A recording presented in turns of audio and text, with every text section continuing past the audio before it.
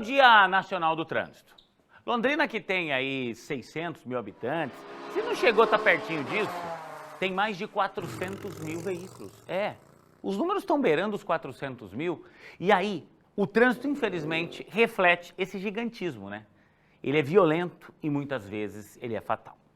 De janeiro a agosto deste ano, 43 pessoas morreram nas ruas e avenidas da cidade.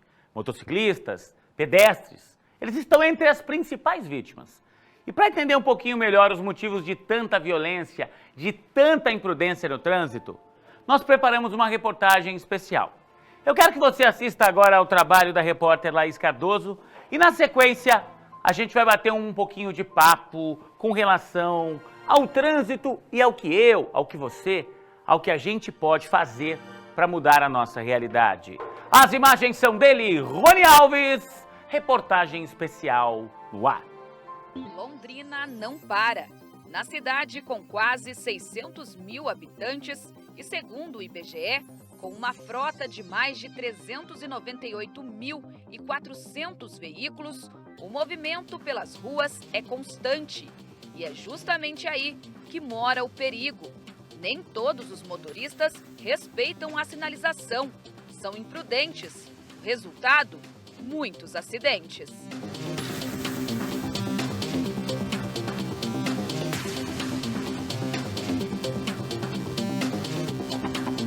O placar do trânsito, que acaba de ser divulgado pela Companhia Municipal de Trânsito e Urbanização de Londrina, a CMTU, mostra que houve uma redução de 17% no número de acidentes de janeiro a agosto de 2020, em relação ao mesmo período de 2019. As mortes em acidentes também diminuíram. Foram 43 esse ano contra 48 em 2019. Mas não dá para comemorar essa pequena queda. Os acidentes são graves, muito graves. E os pedestres, por culpa de quem está motorizado ou pela própria negligência, têm sido vítimas constantes. O número de mortos subiu de 11 para 14 neste ano.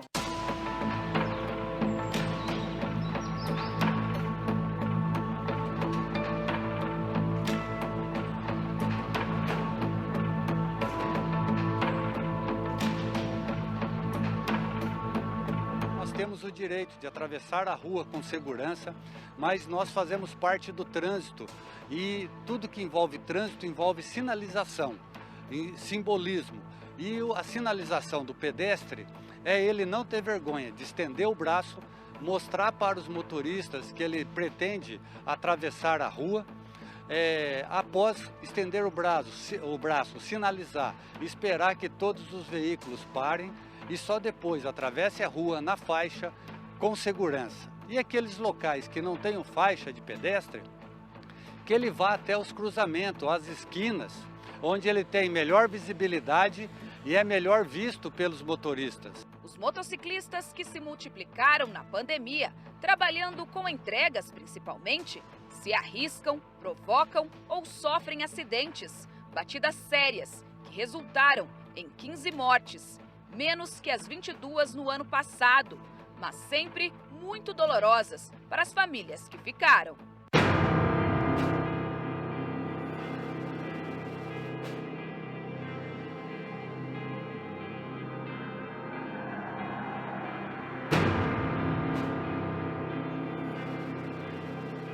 O Ricardo trabalha fazendo a manutenção de aquários em todas as regiões da cidade. Sem a moto, isso seria praticamente impossível. Sabendo do risco que corre diariamente, ele acredita que o poder público deve investir em ações de conscientização. O trânsito é perigoso, como ele falou, o cerol, né? Muito boa essa iniciativa aí e tomara que sempre tenha. Para tornar o trânsito menos violento, já se tentou de tudo, como o aumento do número de radares espalhados pela cidade, por exemplo. Mas nem as multas pesadas, a possibilidade de suspensão ou perda do direito de dirigir tem feito com que a sinalização seja respeitada.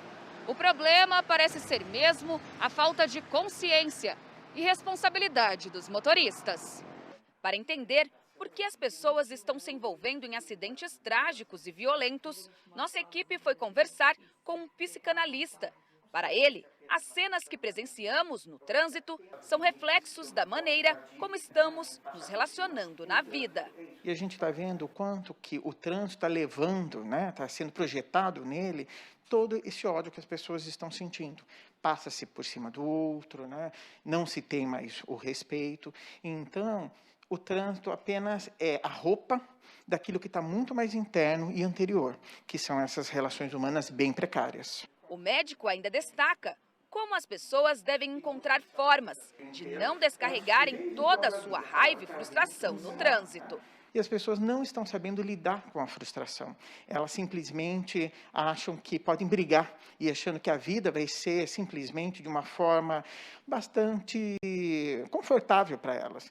E não é, a vida não é confortável, e o trânsito não é confortável.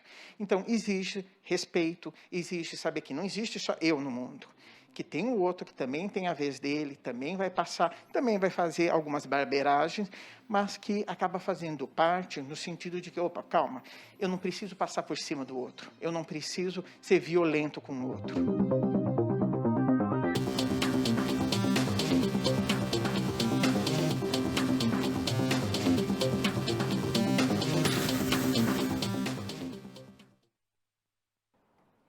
Tá aí, gente. Agora vem cá. Muito do que a gente mostrou é fruto da imprudência dos motoristas. Em muitos casos, a legislação está aí, ela estabelece as regras, como é que as coisas vão funcionar no trânsito, mas as pessoas desrespeitam. Gente que ultrapassa na contramão, gente que extrapola o limite de velocidade. Laís, você se considera uma boa motorista? Você é daquelas que respeita a velocidade de uma via, que dirige com segurança? Olha, Juliano, eu posso dizer que sim. Eu respeito e, inclusive, presto muita atenção no que os outros motoristas estão fazendo, porque isso também tem a direção defensiva, né? Porque não basta a gente ter cuidado na hora de dirigir, a gente também tem que olhar muito no entorno, porque senão a gente pode ser surpreendido e aí, mesmo assim, se cuidando, causar um acidente. Então, eu presto bastante atenção no entorno mesmo quando eu estou aí pelo trânsito aqui da cidade, que está bastante movimentado, apesar da pandemia, né? Você já bateu já? Nunca bati, graças a Deus. Olha!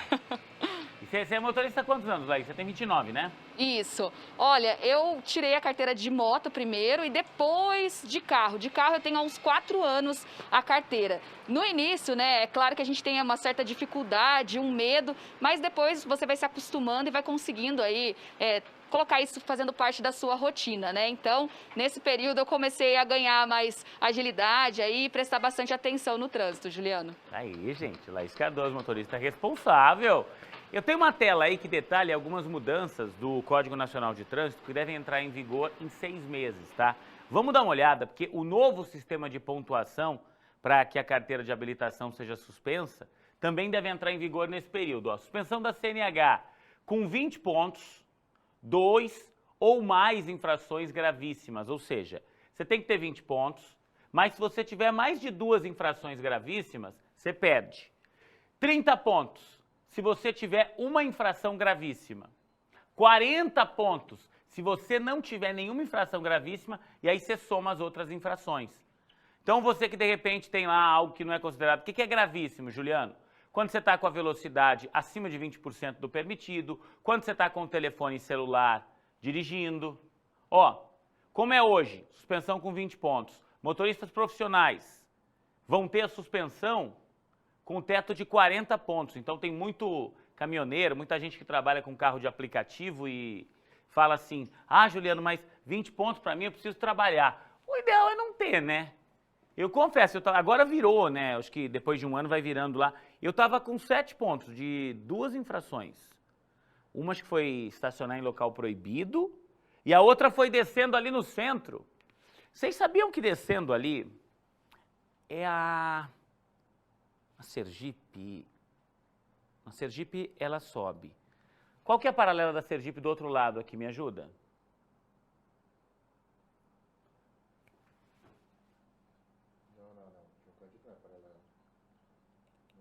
Eu não sei qual ela, eu sei que eu fui descer ali, você não pode virar. Você não pode virar o carro, do lado do terminal ali, só pode virar se você for ônibus, né? E eu não sabia, a Benjamin Constant ali do terminal, né? Mas qual é aquela que desce, Diegão? A João Cândido eu desço para chegar na lateral do terminal, é isso? Então, eu fui descer ali e eu não sabia que não podia ali, aquele ponto agora, você virar para entrar na Benjamin vindo da João Cândido. Levei uma multa. Mas beleza, já vai zerar agora, tá vencendo esse prazo, tudo certinho. Mas o ideal é você respeitar e entender. Eu, por exemplo, não viro mais lá agora. Agora que eu já sei que não pode, 20 minutinhos para as 2 da tarde.